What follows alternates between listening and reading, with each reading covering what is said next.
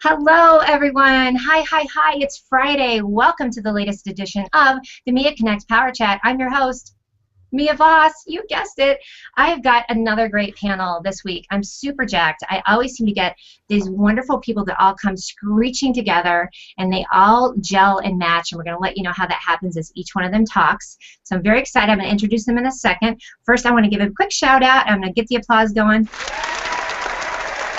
for my continuing show sponsor and my business affiliate, Edge Ad Exchange. Go check them out at edgeadexchange.com, and you're going to get some kick-butt targeted web traffic. So I love them. I love having a show where I can talk about stuff I love. So with that, again, I'm getting you warmed up for our panel. This gal I'm going to introduce first, I met through Dino Dogan. Thank you, Dino, for being such an advocate of connecting badass women together. He knows when he needs to put us together. So welcome to the show, Miss Fran Harris. Hello, Mia. Hello, everybody. Glad to be here. It's good to see you. Where are you out of, Fran? I am in Austin, Texas, the allergy capital of the world, in case you were wondering. So if you feel sneezy, now you know why, where she's at. Exactly. We're going to get into what that's all about, what she's doing down there. Next, I have my darling Lance Fields. Hello, everybody. Hello, Felicia. How are you? I'm doing really well, thank you. Down here in New Orleans. Yes. And I'm just going to tell everybody, I've still got the camera on you. I call him Felicia. He calls me that because I used a quote from Priscilla, Queen of the Desert, and said, "Shut your face, Felicia," and he totally knew what I was talking about, so it has stuck. It was love at first, Felicia. It was love at first pound, Felicia, absolutely. And next up, we have our first guest that I booked right away because I couldn't even take how much I loved her. Plus, she's got a tiara on. Nicole Murphy. Before we get into comments, Nicole, tell us about that tiara that you know I would snatch off your head in a second if I were there. This tiara is the authentic, it might even be an antique at this point. It is the tiara that I wore for my wedding when I got married in Metairie.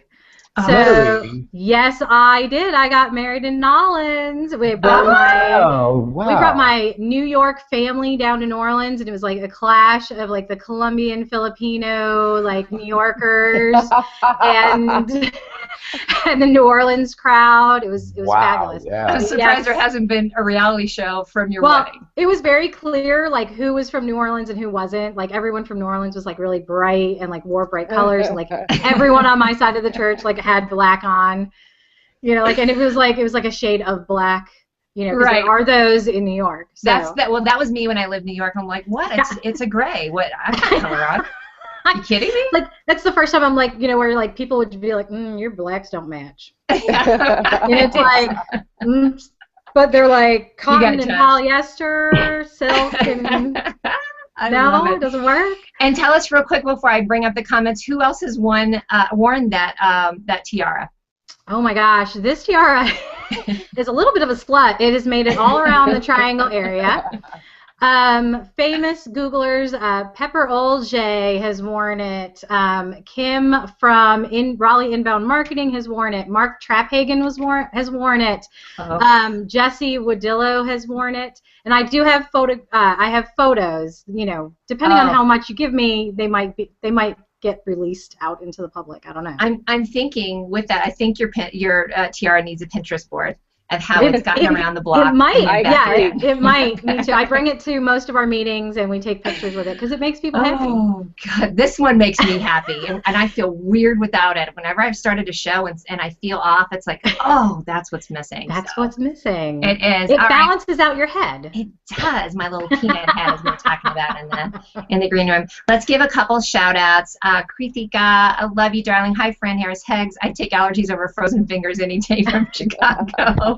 Hey, girlfriend. Then there's Craig. Simmer down now. I have arrived. It's the Craig Army. Hey, Craig. Hey, Craig. Here's another one. Woo. Hello, Luke, out of Corsica. Represent my brother. Absolutely. David Schiffman. Hello, darling. Good morning, guests and fellow audience members. Happy Friday. Hi, David. Amen to that.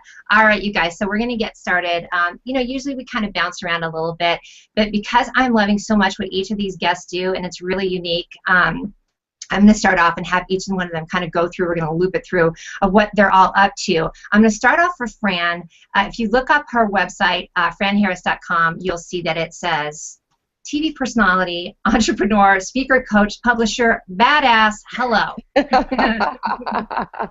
So I'm going to loop in. So, Fran, the one thing that caught my eye when Dino introduced is that you are a former WNBA player. Which shout out to Greg Boysaw, who is nerding out like crazy. Mentioned before when he knew you were on there, so he might be piping in too. But just tell us about what you were doing before and how you looped into all these crazy fun things you're doing now. Yeah, well, it did start with basketball, although I didn't start playing basketball until I was 15 years old, which most of you know is very late to start playing basketball. But I started playing basketball, got a scholarship to the University of Texas at Austin, and when I got there, shockingly, the people who were covering our games wanted to talk to me all the time after the game because I couldn't shut up. So I was like, I kind of like what you do. I'd be interested in getting involved in television when I'm not playing basketball. So played basketball in Italy, played basketball in Switzerland, and then when that was over, played in the WNBA for the Houston Comets' first championship team, and always knew that I wanted to get into television. So I went into television as a reporter for the WNBA, as a color analyst for the WNBA, and then figured out, okay, what's going to be my chapter after the WNBA, after I played and after television. And I wanted to do more different kinds of television, and I had already worked for about 3 years with Procter & Gamble before the WNBA to get my feet. I knew I wanted to start my own marketing and consulting and coaching company. So there I've got the Fortune 500 background. Now I'm an elite athlete, and I've got television. And so you had a plan. I love it. Yeah, I did. I really did. I said, okay, I'll do the P&G. I'll do time with P&G, and then when that's over, I'll have that pedigree. I'll play basketball, and then when that's over, I'll do television. And I will somehow make a great little potpourri, and I guess we have New Orleans guests on, so I'll make a great little gumbo of my background to build my empire. And so that's what I pretty much did when I was done with the WNBA, started doing television for ESPN, for Lifetime, and those kinds of things, and that continued while simultaneously having corporate clients that I was teaching team building to. Again, really capitalizing on my athletic background and my sales background, so I started my own marketing company and my own consulting company doing that. And then I, of course, ventured into helping entrepreneurs do what I'd already done, which is make dough for what I know. So I teach entrepreneurs how to make dough for what they know, how to really monetize your expertise. And that's really where it is now. I have a company that does just that. So we do training and seminars around helping entrepreneurs monetize, cash in on their expertise. I currently do television for the Longhorn Network, which is ESPN's baby. For the University of Texas at Austin. I'm the only black female play-by-play announcer in the world that I'm aware of on national television. And then I have my corporate clients where I'm constantly helping them to become better people, be higher performing teams, and to reach their productivity and profit goals. And that's what I do. So who's going to follow up with that, by the way? Nobody wants to talk. Thanks, man. Bring up Greg. This is so cool. Love me some NBA action. I'm a fan of the WNBA. Indiana Fever. Fran, can you speak on where we are at with female ownership in the WNBA? And when can you and I play some one-on-one so he can get his butt whooped is pretty much what's going to happen. Exactly. Do you want me to answer that question, Mia? Yeah, I actually would. Yeah, I think, we'll segue back into the strategy that you have, which is how make dough for what you know. I bet people are losing their minds over that.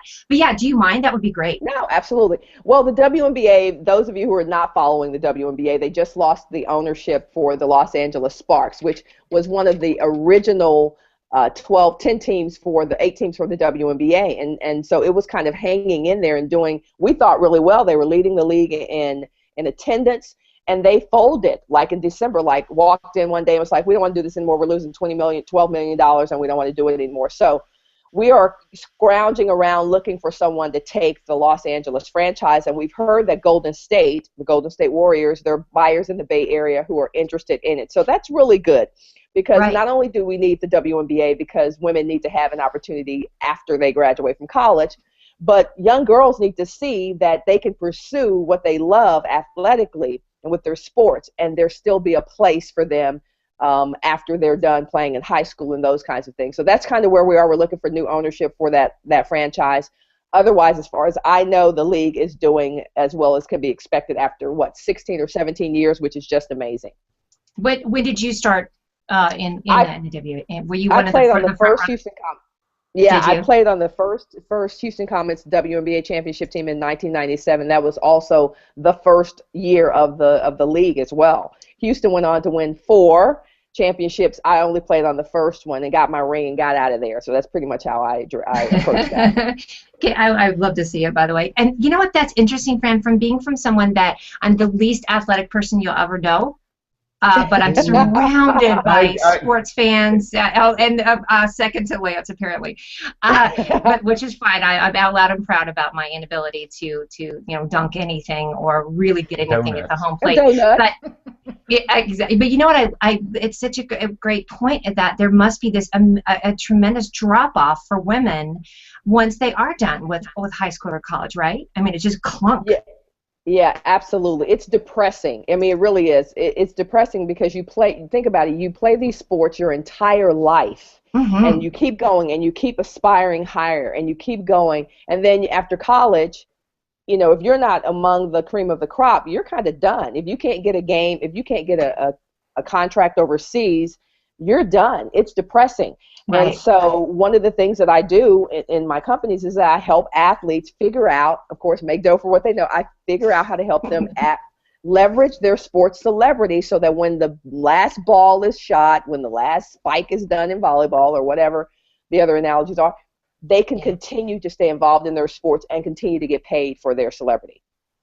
And what a need for it too is that sounds really niche. We've been talking a lot about niche lately. That sounds like a tremendous niche that's just not Yep. there needs to be more, right? Wouldn't you love to not be the only niche in that?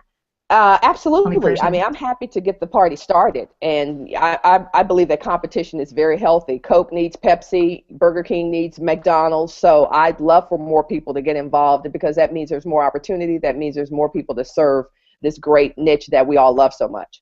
And let's open that up real quick because I know when we first talked, and I know you're active here on Google Plus. I mean, I can't wait to see you explode on Google Plus because everybody who plants has a new idea and plants their flag here. Nicole is also very niche. Lance has got a niche. Me, I'm just niche for being bat crap crazy. So there's that.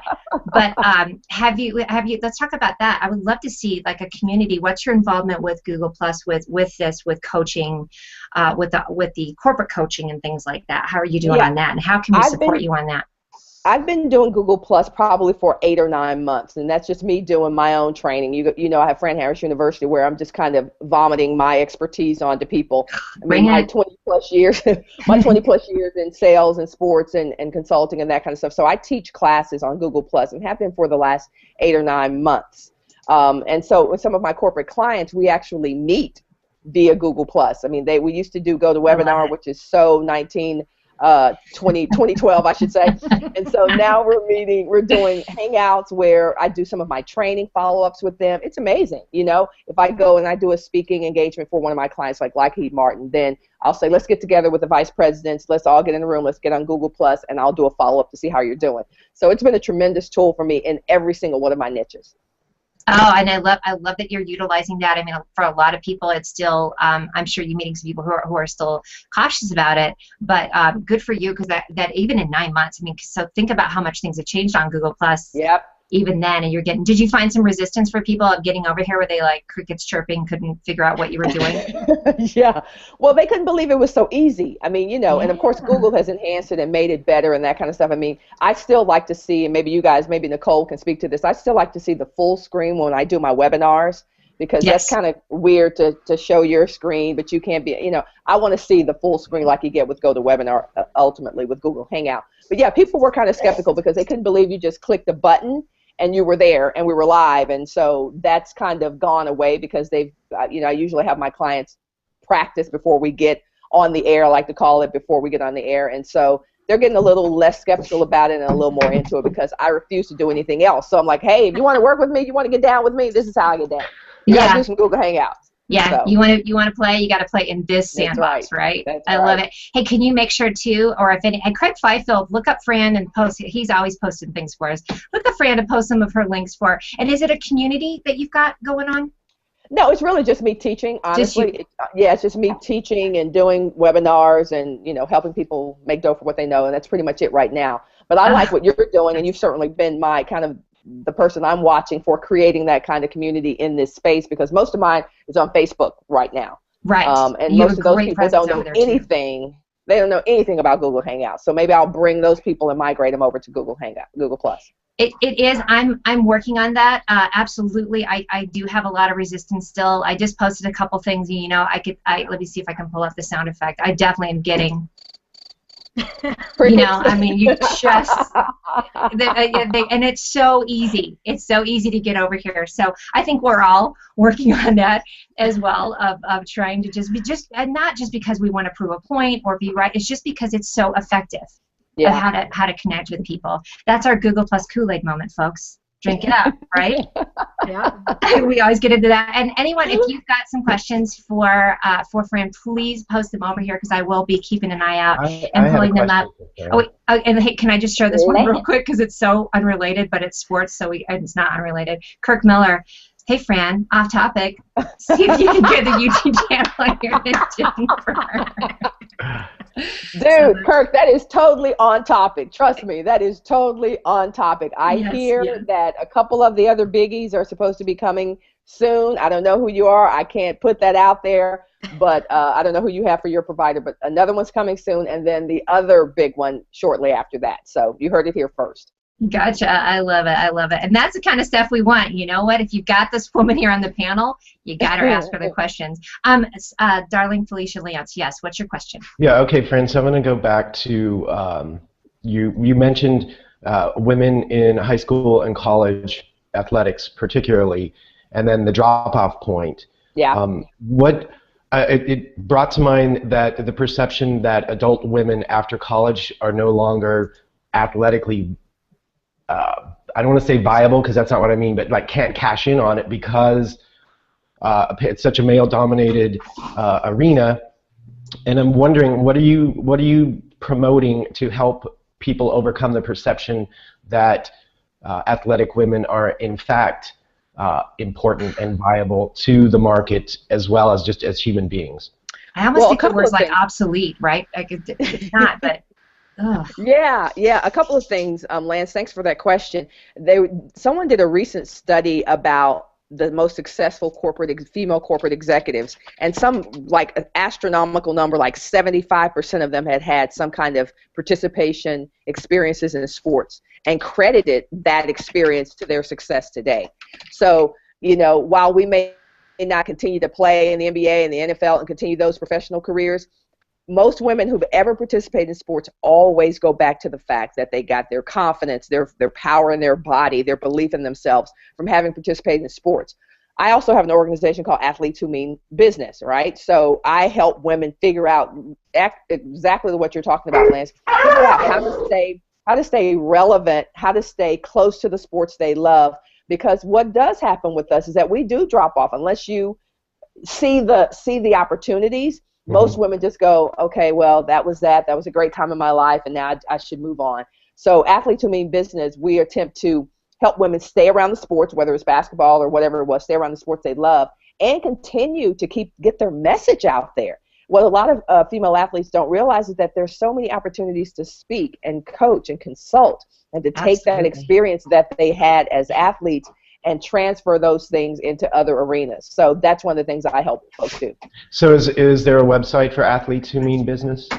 You should probably just connect with me at franharris.com because Athletes Who Means Business, we're attempting to do what Mia just suggested, which is make this a Google Hangout community because we're global.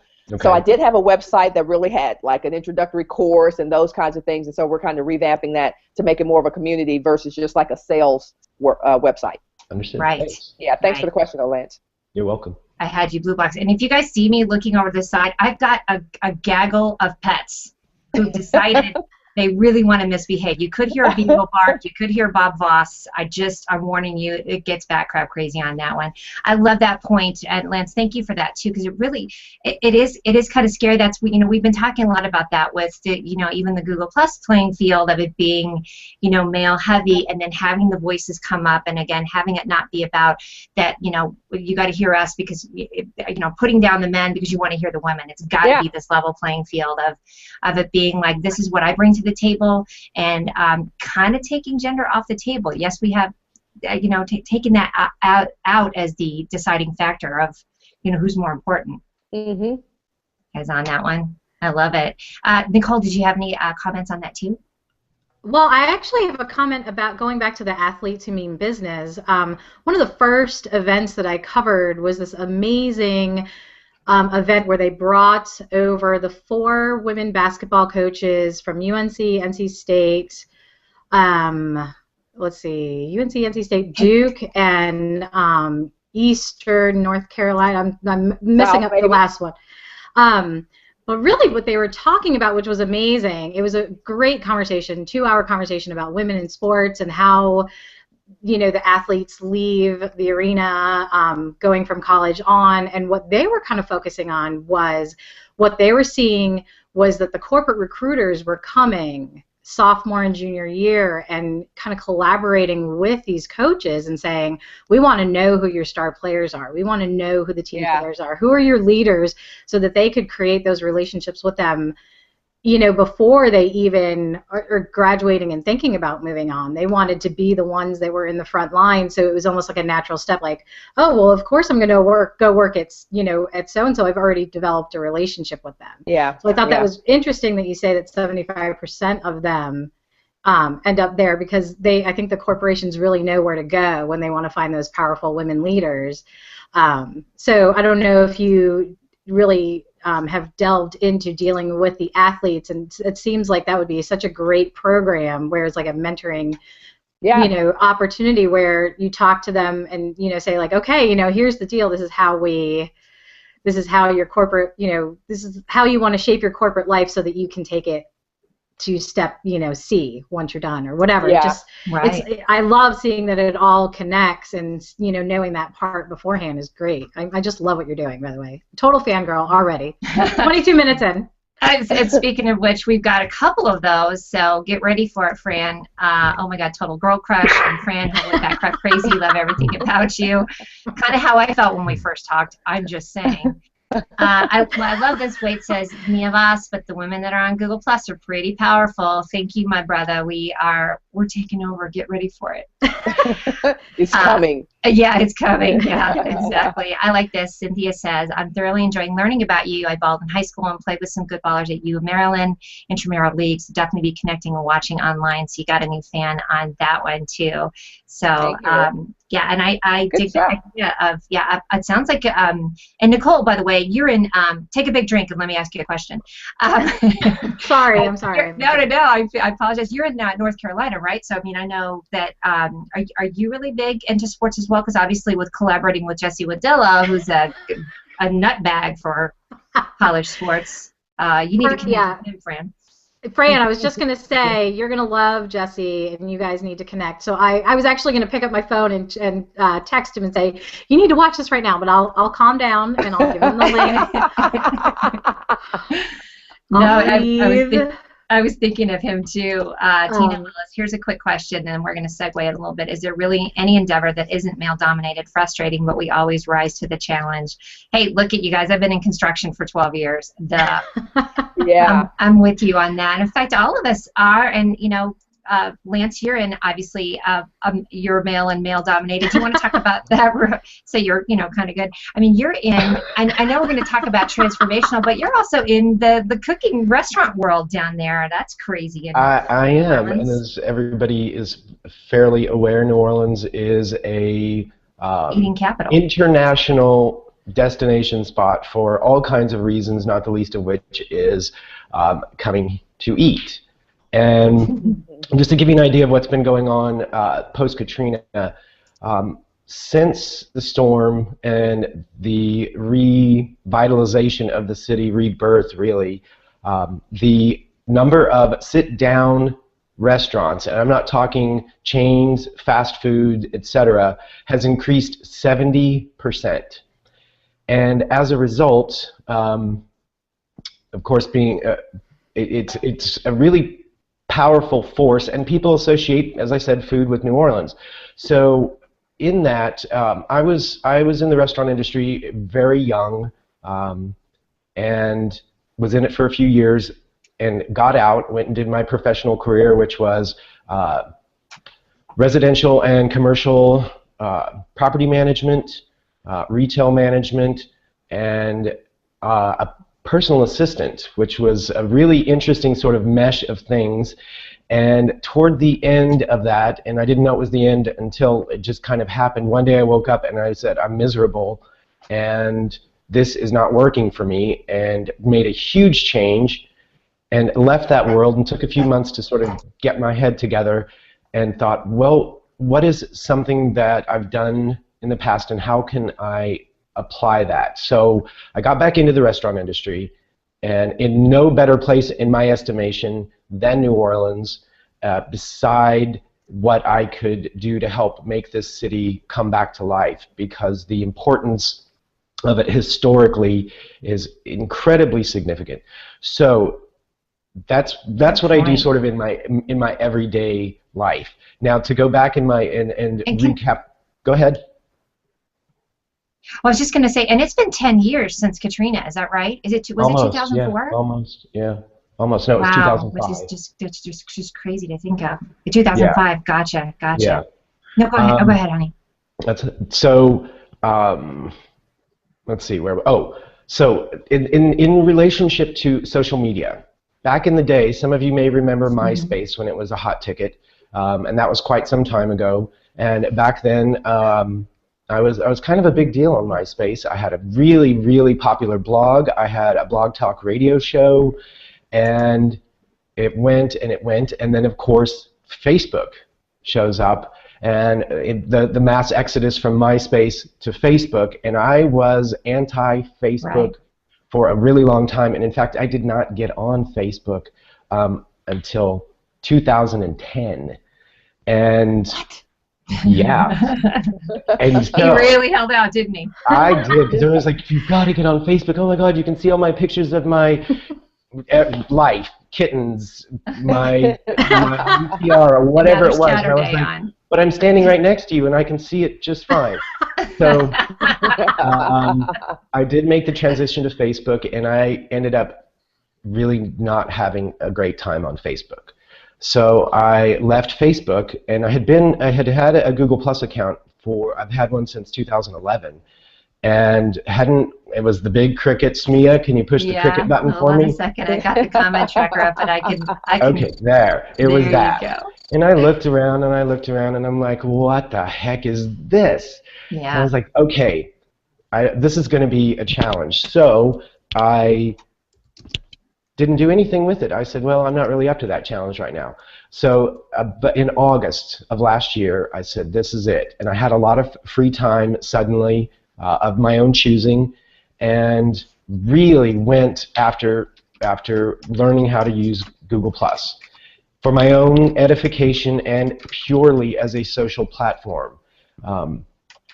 And so I got to sit back, engage, be organic, and really have just, it's unbelievable. It was as if I had created my own perfect platform, and we each get to and interact and meet people. And I heard somewhere, and possibly it was in one of your shows with Christine DeGraff on 15 Minutes, that Facebook is for people who want to hold on to the past and stay with people that they know, and Google Plus is for anybody who is open to new ideas, whether or not they resonate with you, but you're open to seeing what's out in the rest of the world, and not just staying with people who you know and have a like-minded idea. I don't really learn as much from people who agree with everything that I do or say. I learn so much more from people who challenge me, and I have been challenged on Google Plus, and I'm so digging it.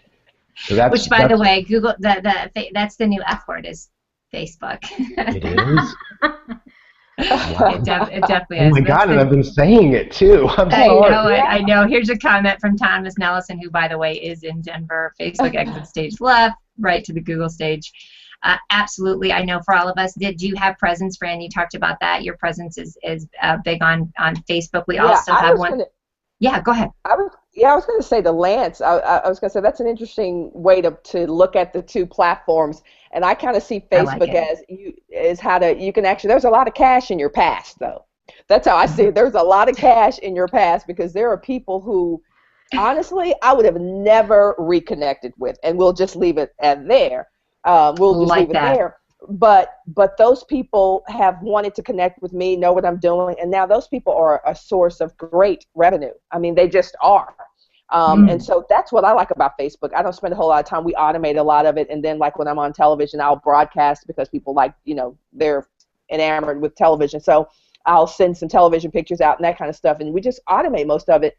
But I found that we leave a lot of cash out there on the table if we don't connect with the people in our past who may not be going where we're going, but they like you, they like what you've done. There is this sense of association and celebrity through association that they just buy your stuff because they know you. And so for that reason, it's been that's just one of the reasons Facebook is great for me. And to be clear, I'm saying Facebook doesn't work for me anymore. Yeah, that's it. cool. Which is the great balance, you guys. Anybody jump ship, or Yeah. that I'm not getting into the F word bashing. Oh, I was. It's all good. Okay. No, I'm kidding. No, it's just really not true. for me. That's all. But and you know if what it I'm works for loving? other people. Yeah, and here's the to pull both of those together. Absolutely, Lance, you've really taken what works with you. For you, Christine is the same way. Christine DeGraff, absolutely no presence on Facebook because she's chosen to focus. So you guys will hear me preach it right here on this show. If you really have to take what the balance is for you. Which, by the way, Fran, you are the queen of one-liners. Cash Yes. is fast. I get what's the dough one. I'm loving it. So no, I think it really is a balance of what that is. Which, by the way, I love that mascot picture you posted the other day. Was fun too. So you got kind of that fun balance. She was at the Austin game the other day, and what was he, the Mountaineer guy or whatever? Yeah, exactly. So, in West Virginia, it was their mascot. Exactly. So posting, fun things like that, and then bringing it over here, because I still post things on Facebook that, and I get this different response over there, and then I come over to Google Plus and post some crazy cat is being, rubbed on the carpet, and everybody loses their mind on that. So that's kind of fun for me. I'm just saying. And hey, I just want to ask everybody, if you want, you can tweet that crap crazy over on the Twitter world. Speaking of another world that we all balance, I want to pull this one up real quick like a bunny. Debbie Davis, by the way, she's here in Denver. She is one powerhouse advocate. I love it. She's retweeting powerhouse Fran Harris, retired basketball player, teaching people to make dough with what they know. Nice shout out for that. So thank you for that, Mary T. That's awesome. So Thank you, Mary T. We're pulling everything into our world here too. Let's see what else. And definitely, oh, hi, Lainey. She's going to be on Chef Show after this. Cash in Your Past, Serious Girl Crush. I do love that. I mean, I didn't get on Facebook to tell my little Facebook story. I was organizing let's out my age, my 25th year reunion, which was 5 years ago. Do the math, and got on there, and I didn't want to be the old girl in the club, you know what I mean? I was like, oh my God, I want to be that chick on Facebook with all the kids and all that, the creepy chick. So it served me well, because then we also pulled our 30-year, shout out to Central High School class of 83. Shout out. Telling you. And to class of 85, because they're rebel. That's Greg's class. But it really was kind of fun to connect. That is the connect with the past. And it was really fun. One of my first shows that I had on here was the mayor of my hometown, Champaign-Urbana, or Champaign, Illinois. Shout out, go U of I. And we went to high school together. So fun stuff like that. I love the balance of it, right? Yep. We'll get our little Google Plus world. Hey, Nicole. Yeah. Let's talk about you, because I love what you do. I'm going to loop into here. Speaking of live events, putting everything together now, I know you're doing something a little bit different, but let's talk live events for now. Yeah, I was going to pick your brain on air and kind of out myself for an idea, which Denver people, let me see if I can get something going. Hold on a second here. General is an IRL HOA here in Denver. And I know that is in your wheelhouse, my girl. And because I was realizing, I was, cruising through here, I'm like, oh, Denver. Don't know them, but, you see that they're from Denver. So get ready for that, Denver peeps, because I want to pull something together where it's, everybody kind of coming through and looping through, doing quick interviews, including Ronnie Benser. He's got to be here for that one. But talk to me about that, about the value of that for businesses, because you've got such a cool niche. I know you're doing some other cool things, but you nailed it. So are we referring to the Triangle Google Plus group that we have? Yes. Okay, so because I do like 5 million things. So we have which I love. We have a Triangle Google Plus meetup group, which is actually called the Hangout in Real Life, which is called the Hurl. Mark Traphagen and Jesse Wadillo started it as a, hey, if anyone else is from the area, let's go have a pizza. Right. And they actually purchased the pizza for the other 8 people that showed up a year and a half ago. And then last year it needed to get, it was growing where it was like 50 people showing up at each meeting, so we had to get it a little bit more organized, so I took over that part. Mm-hmm. And because you had to, because it was a mess. And right, so now we meet at a consistent place, and we meet in person. We do a little bit of networking, and then we learn some new cool tricks and tips about Google Plus. We talk to each other about like what's worked with them in their niches, and then we actually broadcast the meeting via Hangout on air, so that people that aren't there can still interact with us or learn with us, and then they can submit the questions and blah blah. You know that all. But it's been a great networking tool. It's been a great learning tool, and it really is nice to go and just commiserate with somebody else that's going through the same thing and say, oh my gosh, did you try this or that, or did you see the results in this? And it's fabulous to be able to go ahead and meet those people one-on-one. So it's been lovely. So it's just fabulous. I love it. I'm loving the theme that everybody is just, and hi, Felicia's back. He dropped out. Hey, darling. And I know that happens. Sometimes I drop out of my own show. Then there's that. But I'm loving though, Nicole, that you really created a niche that, if this has been going, you're saying it's a year and a half, like that's way before a lot of the stuff that people are doing. Another reason why I've got a ginormous girl crush on you too, because of that, of like seeing the need and seriously seeing the need and creating it, and then getting something started that serves people. Yeah, it's been great, and there's other groups in the area that are adopting this style where you go, you have an in-person meeting, you bring in speakers via Hangout, and then the people on the internet are interacting with the people in the room, and the people in the room are interacting with the people on the internet, and both audiences are submitting questions and comments. Right. It is a fabulous, wonderful thing when that all happens. It's really, really cool. Yeah, like you're marrying all of the worlds, right? Putting that all together. Throw them up. Yeah. Line them up. So on that same vein, so yeah, that's what we were thinking too, and I love that. Again, that's why I wanted to on air, like dig in there, pick your brain a little bit, which I love to do. You were definitely thinking about having that. I just so excited that we could bring these people, do the IRL together, do the interview together, and then have an event where people are talking to one another. So kind of off to the side in a sort of a quiet conference room, but everybody else is out here getting their drink on. I'm just saying. So I'm looking for. It sounds like a fun time. I thought so too. Here's my other one. I'm going to out myself on. You're going to love this. It's not as much of an IRL, but I am going to do a hang on air with my favorite people who love the Oscars, and it's going to be watch Mia watch the Oscars with her friends. So if anybody's up for that, that could be, pardon the swear word, a shit show of fun. Yeah, Mia, I'm down for it. Mia, I totally had the same idea, but you can totally executive produce that show, and I will show up. Yeah. Here's what I think. I think everyone should come dressed like they need to go to the Oscars. Oh, that's awesome. Yeah, who's in? And this is what it's going to look like. We're going to be watching it, and there's probably going to be spoiler alerts because, Fran's TV might be ahead of mine or whatever, so get ready for it. But it's going to look like this. Oh, hell no, or something like that. And I'm thinking we need to do it for the red carpet, which shout out to my Facebook. That's where the fun is. Let me tell you, I do have a Facebook group. There's about 80 people in it, and it's called Voss's Red Carpet Snark Oh my gosh! And I want to move it. I want to transition it over to Google and have all the comments come through like this. So that's the two ideas. Get ready for it. And apparently, I've got my A-list going already, so that's awesome. I think Wendy can handle. I just won't eat until then, and I'll grab one of my long gowns. The gowns? Yeah. I think that's awesome. Yeah. I've got a question. Hey, Nicole. Yes, this ma'am. is for all of us, but for you as well. So one of the pieces of my business model that I'm going to start back doing is my live events. I just did a live event the other day, and I've got like a full slate of places I'm going over the next, 12 to 18 months and forever.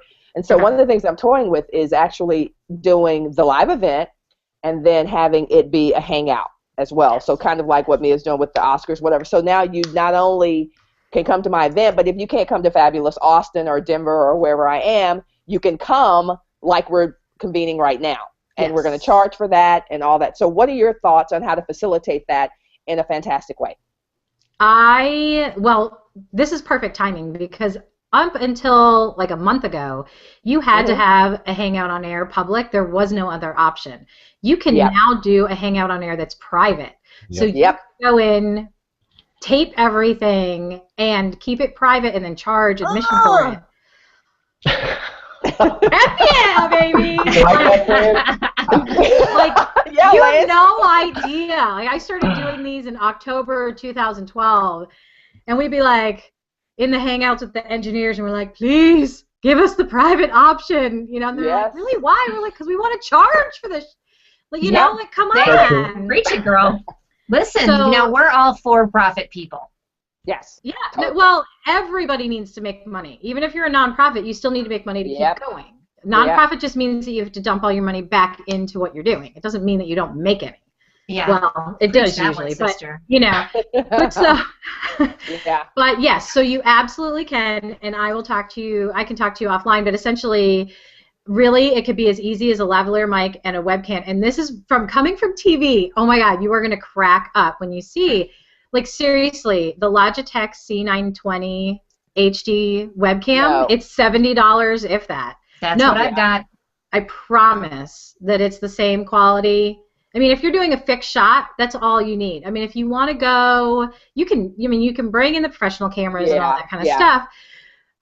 It just depends on how much of a production you really want.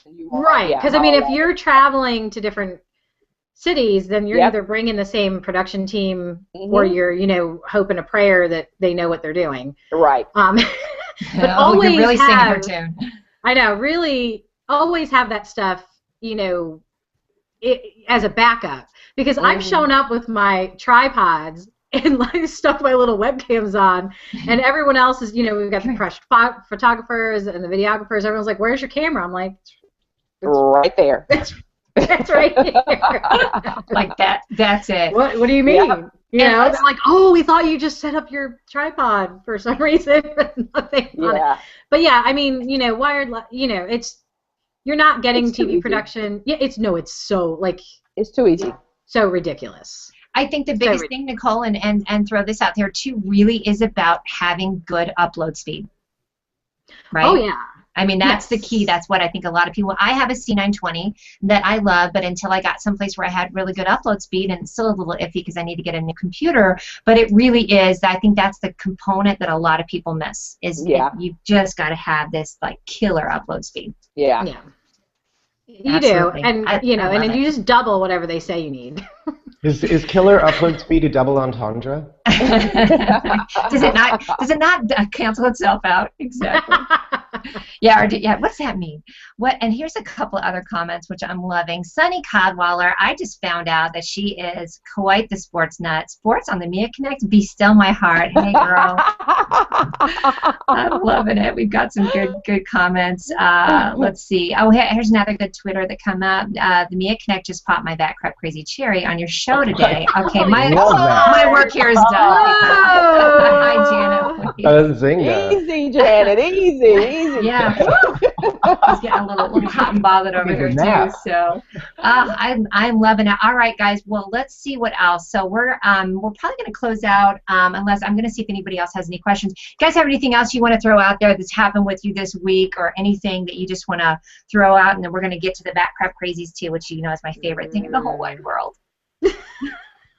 I have a question for Lance. Yes, ma'am. Yeah. I have a question. Hey, Lance, I'm sure you run into this a lot, but I have a lot of people in my life. Well, I have a family of culinary PhDs, so everybody's always talking about starting their restaurant or a food truck or something like that. And honestly, I know a lot of people who want to start some kind of culinary endeavor. What would you tell somebody who's thinking about doing a food truck or maybe their own catering business, large or small scale, Good or starting question their own for our restaurant? guy. That is a great question. I would tell them to plan and execute a meal for 100 of their closest friends at the same time. They all sit down, and if they can get through that, then they can start looking at a business plan, because I will tell you now, in the cutthroat business of the restaurant industry, especially with the advent of the culinary star, or stars rather, it is unlike anything I've ever seen, and I see it here especially. You see people, oh, this is my dream, they go and do it, and the next thing you know, they've lost everything, or just have gone out of their mind. So sit down, make the plan, cook a meal for 100 of your closest friends and family. If you can get through that and you're loving it still and everything makes sense, go for a trial run. Don't just jump into it, because there is always somebody who knows a hell of a lot more than the person just starting out, and they don't have the learning curve. So that's my advice. Great. Thank you. That's perfect. To my family. And Lance said some things that were very scary. I would say, I would say, yeah. And I love you for that. I was in restaurants, and I watched a lot of people, and I worked for privately owned restaurants, so I saw some of the stress. And I would just say start small. Start small with whatever you're okay with throwing away financially and walking away. Yeah. And then you will have a great time. Because if you apply that to your everyday life, and you think about how much, and this is a really sad statement to make, but how much food you just throw away out of your own refrigerator, multiply that as that's your income source, and you're throwing away, you're literally, in a restaurant, you order enough for 100 guests a night or 200 guests a night, and you only have 25, the food doesn't stay fresh for very long, you have to throw it all away. So going into the restaurant industry as far as owning your own business is a huge commitment. Monetarily, emotionally, relationships disintegrate. When it works, it works. Yeah. And as your family members, have they ever worked in restaurants? Mine? No, Fran. Oh, okay. Yeah, some of them, own their own restaurants, but most people, like most people with any endeavor, they love the art side of it and kind of ignore the business side of it. So this is my advice for anybody out there. It's like to know thy numbers, because as Lance brought up, I talked to my cousin about, food. What do you call that number? The food cost? Know your numbers, people. That's all I gotta say. Thank you. Yeah. Like the almighty food cost. Yes, know your numbers. Whatever those numbers are, whatever your business endeavor is, know those numbers. Don't ignore them. The passion will only take you so far.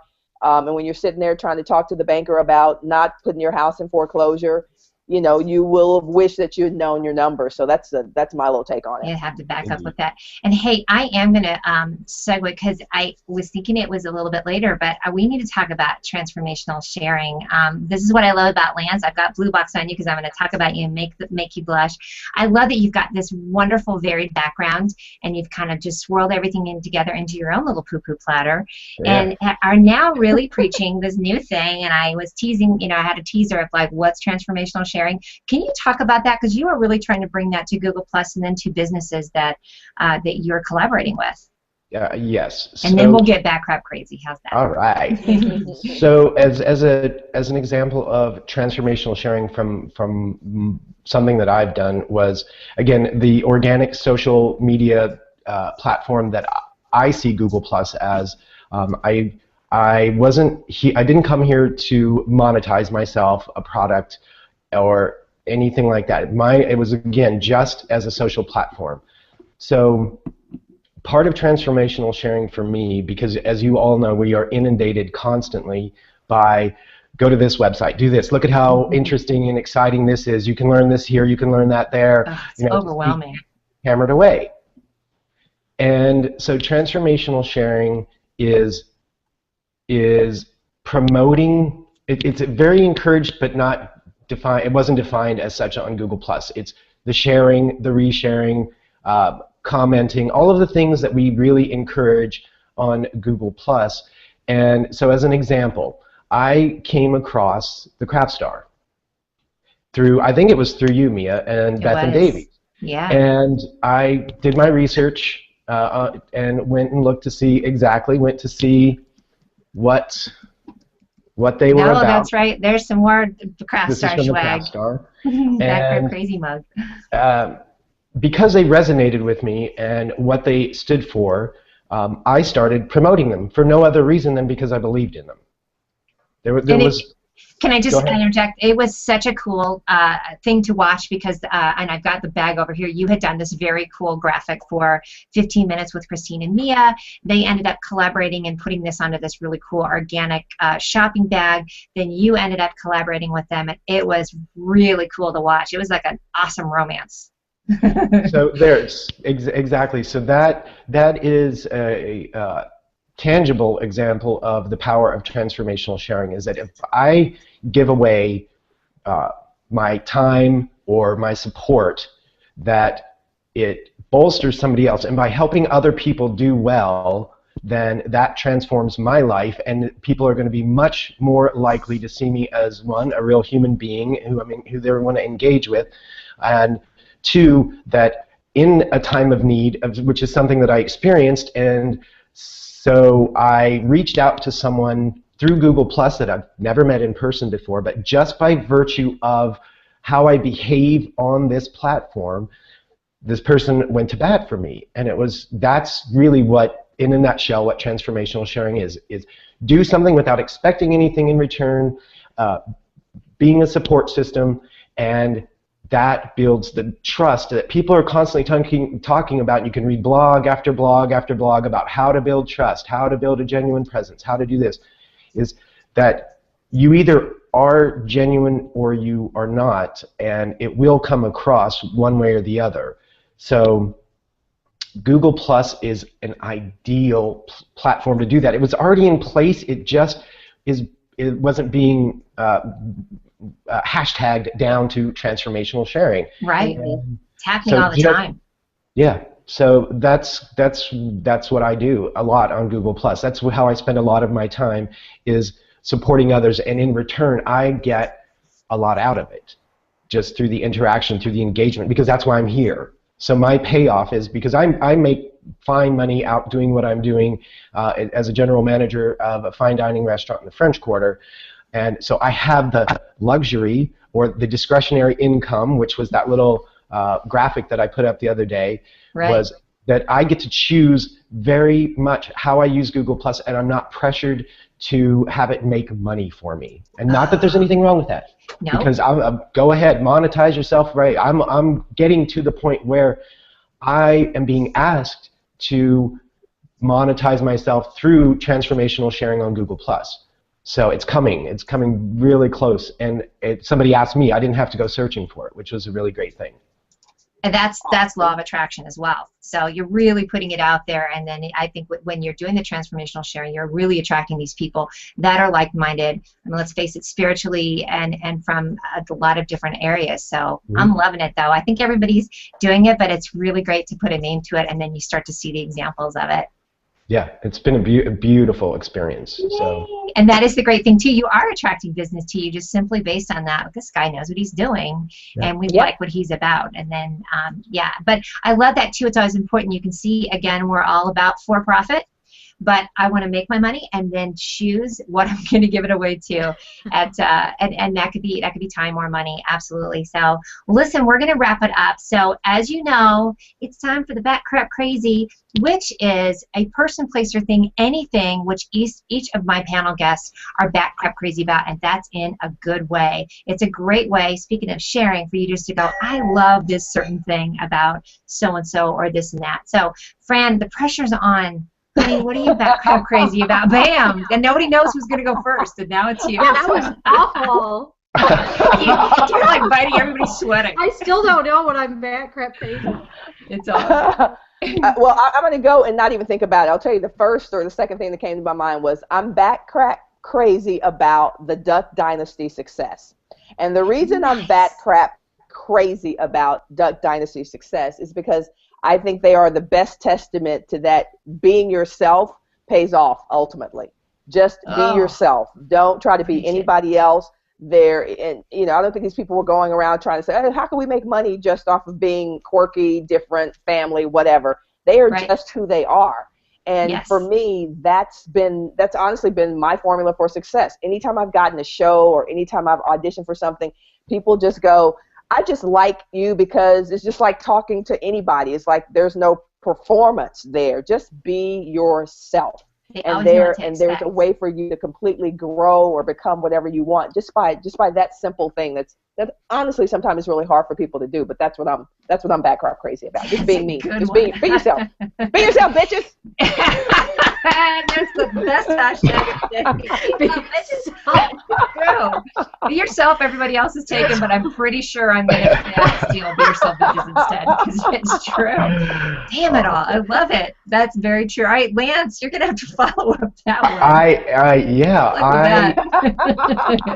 I am bat crap crazy about the revitalization of New Orleans. And to see just in the last 18 months the transformation and the generally upbeat disposition of the citizens of New Orleans has rocked my world, because it was really not a lot of fun for a good while, and like I said, just in the last year and a half, things have gone bat crap crazy in New Orleans.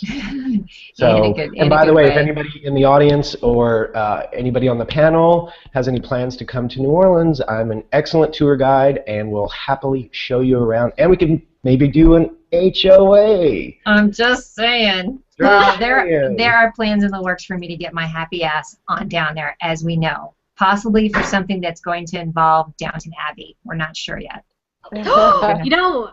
My mother-in-law's involved with that whole shindig down there, so we'll talk offline. Yay! Yeah. All right, now the pressure is really on. Nicole Murphy, what are you back crap crazy about? So I'm back crap crazy. Until Fran said hers, I didn't know what I was gonna say. Like I was just freaking out. I'm like, I don't know, Downton Abbey. I don't know. Like I'm on the fence about Duck Dynasty. Are they really authentic? So I was going to go with Downton Abbey, but really, I'm back crap crazy about my friend Carrie Heisey and what she's doing with this local group called Vend Raleigh, V-E-N-D Raleigh. It is a professional organization for women who are starting their own business, and it is 2 years old, and they are doing this really cool thing this spring. They are there's like 15 of them, taking their sewing machines, going to Belize, and teaching women in Belize how to start their own businesses so they can. Nice. I'm totally floored. Like, I love it. They're all getting sponsors to pay for their trips, because it's a significant, investment. They're leaving their children for a whole week. They're leaving their children with their husbands for a whole week. Yeah.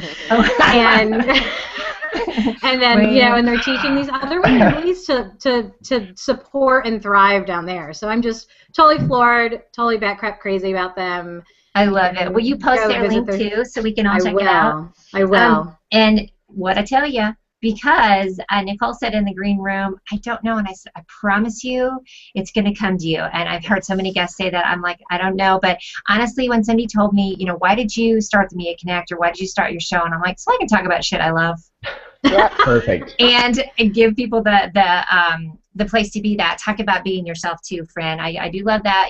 Be yourself. Everybody else is taken, and then you can do things like talk about stuff you love all day. So I love that, Nicole. My back crap crazy is going to be Dino Dogan, because he introduced me to Fran and then a couple other people. So talk about, and there's my Maggie Boss. Perfect timing. My loud voice, Maggie. On that, I'm going to end the show. A giant fight over here between Bob Voss and the Throwdown. I'm going to get these fake sumo suits for him and see if they can just duke it out. Fran, Nicole, Mia, thank you. I've really had a good time today. Thank you. Thank you. Yes. This was great. I had a great time. Thanks. And you guys, I just have to tell you, I was back crap crazy all week for this one because I knew Good Lord in a handcart. I knew it was going to be a good thing. On that bright note, that's going to show up in some kind of blooper reel at some point. Thank you, guys. We'll see you next week on the Mia Connect. Bye, everybody. Power Chat. Bye, everyone. Bye, everybody. What you were doing before and how you looped into all these crazy fun things you're doing now. Yeah, well, it did start with basketball, although I didn't start playing basketball until I was 15 years old, which most of you know is very late to start playing basketball. But I started playing basketball, got a scholarship to the University of Texas at Austin, and when I got there, shockingly, the people who were covering our games wanted to talk to me all the time after the game because I couldn't shut up. So I was like, I kind of like what you do. I'd be interested in getting involved in television when I'm not playing basketball. So played basketball in Italy, played basketball in Switzerland, and then when that was over, played in the WNBA for the Houston Comets' first championship team, and always knew that I wanted to get into television.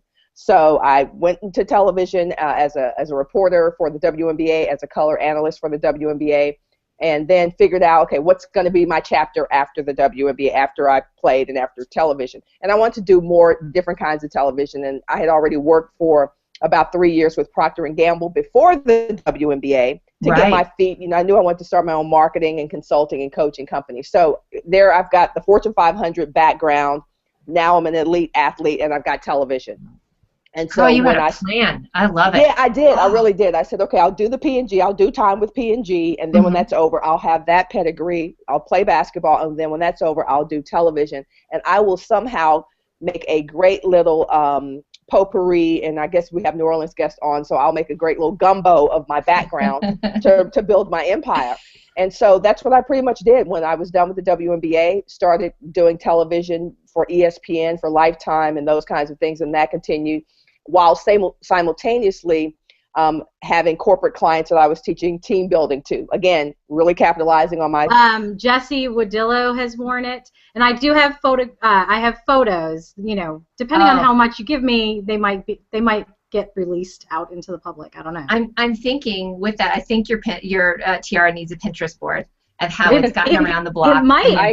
It might. Me too. I bring it to most of our meetings, and we take pictures with it because it makes people happy. Oh, God. This one makes me happy, and I feel weird without it. Whenever I've started a show and I feel off, it's like, oh, that's what's missing. That's what's missing. It is. It balances out your head. It does. My little peanut head, as we were talking about in the green room. Let's give a couple shout-outs. Krithika, I love you, darling. Hi, Fran Harris Heggs. I take allergies over frozen fingers any day from Chicago.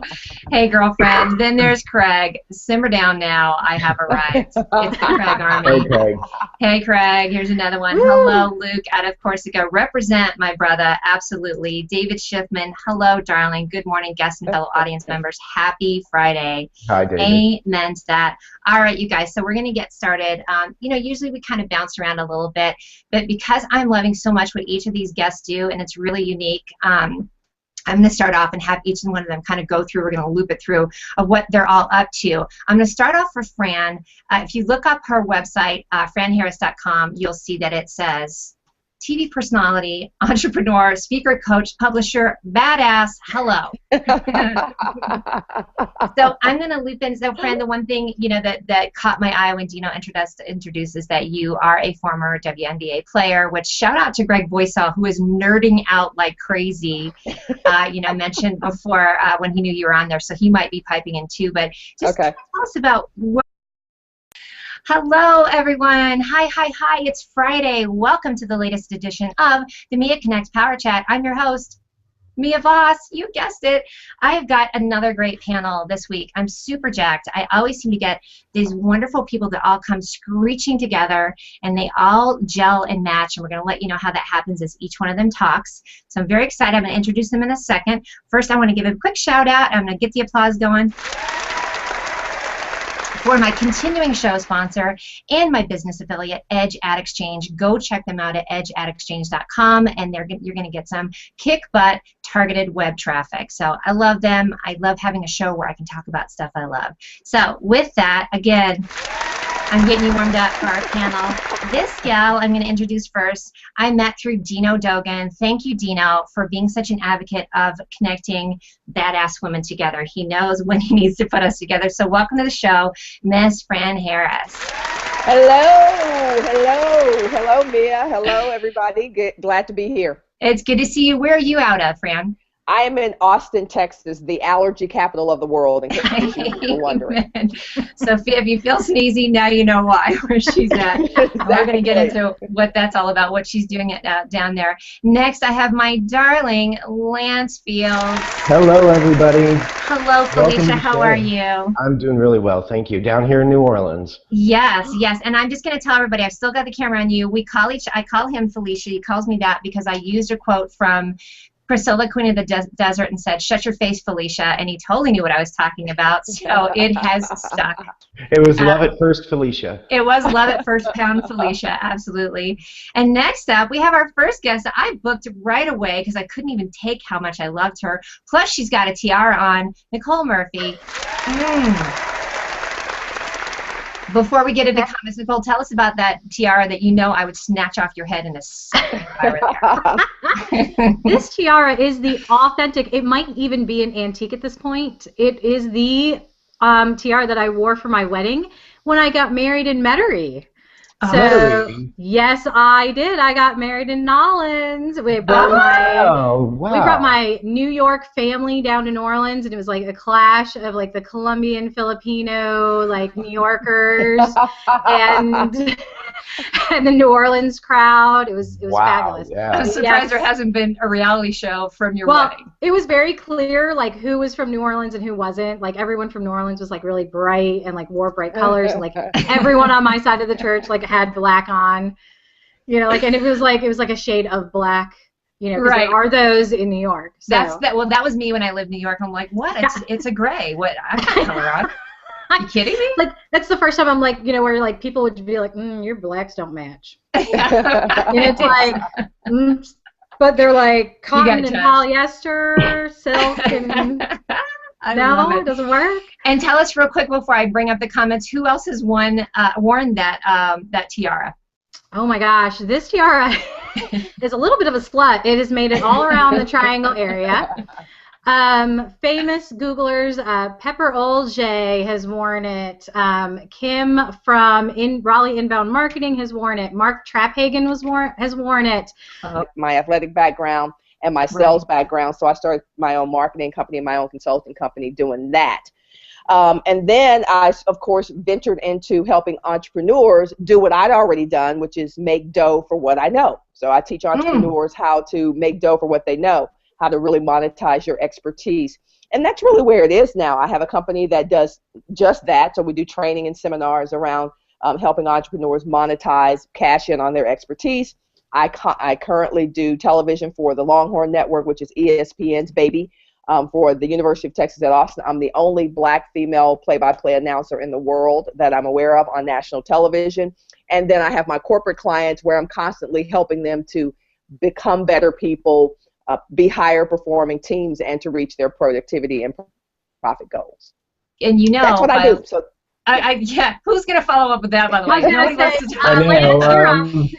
Thanks, man. Bring up Greg. This is so cool. Love me some NBA action. I'm a fan of the WNBA. Indiana Fever. Fran, can you speak on where we are at with female ownership in the WNBA? And when can you and I play some one-on-one so he can get his butt whooped is pretty much what's going to happen. Exactly. Do you want me to answer that question, Mia? Yeah, I actually would. Yeah, I think, we'll segue back into the strategy that you have, which is how make dough for what you know. I bet people are losing their minds over that. But yeah, do you mind? That would be great. No, absolutely. Well, the WNBA, those of you who are not following the WNBA, they just lost the ownership for the Los Angeles Sparks, which was one of the original 10 teams for the 8 teams for the WNBA. And so it was kind of hanging in there and doing, we thought, really well. They were leading the league in attendance, and they folded like